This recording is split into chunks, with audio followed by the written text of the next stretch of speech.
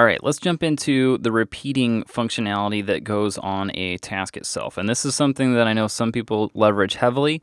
I don't leverage it nearly as much as some, but I do use it pretty frequently, especially for things like what we're looking at here, the house and car single actions lists.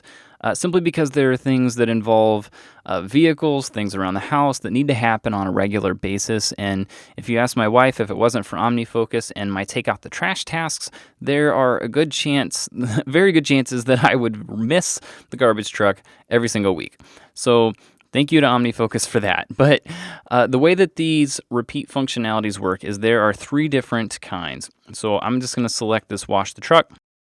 And if I look at these 3 different repeats, I have repeat every, defer another, and do again.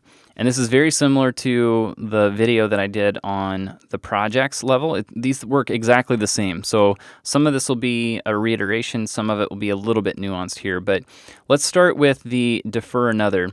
So for example, this sets it to defer it for another week.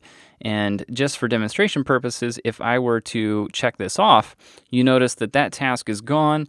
A new one is replaced by the one that was checked off.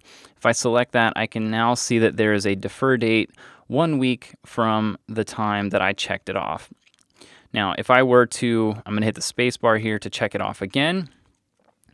If I select that task again, you'll see it's still set at the same time frame simply because it's deferred another week from the time that I checked it off. I just checked it off 3 seconds ago, so it's going to put that same time on there again. Now, if I were to change this to do again, then this is where the due date on it will get set. I'm going to clear out the defer date here. So with no defer date on it, I am going to now check this one off.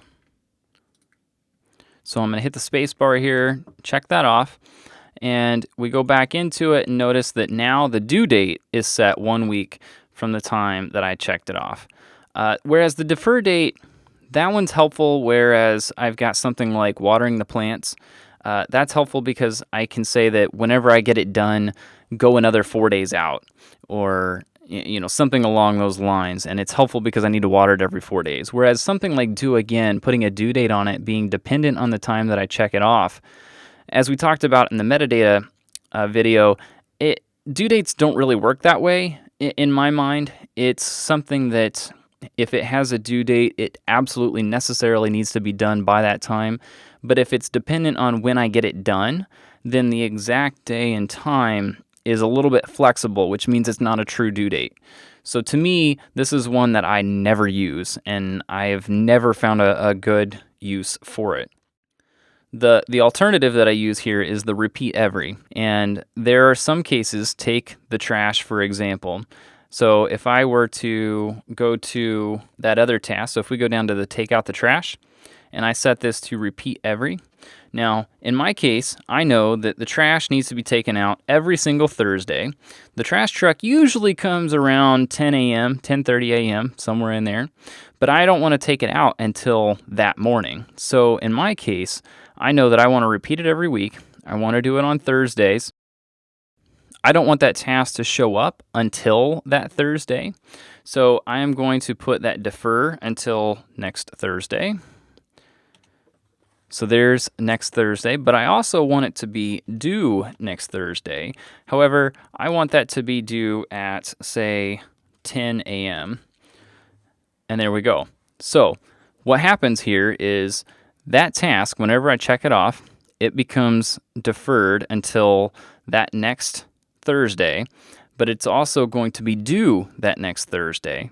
So if I check this off, just to show you what this does, so I've checked that off, and what happens is it moves to the following Thursday, which is September 1st.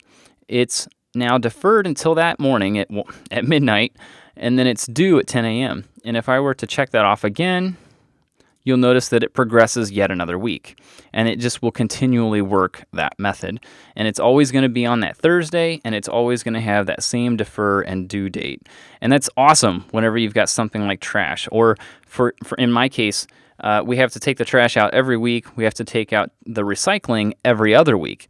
So I have one task that's for take out the trash, which is deferred and set up exactly the way that I explained to you. And then there's another one that's called take out the recycling, which is set up to repeat every 2 weeks on Thursday.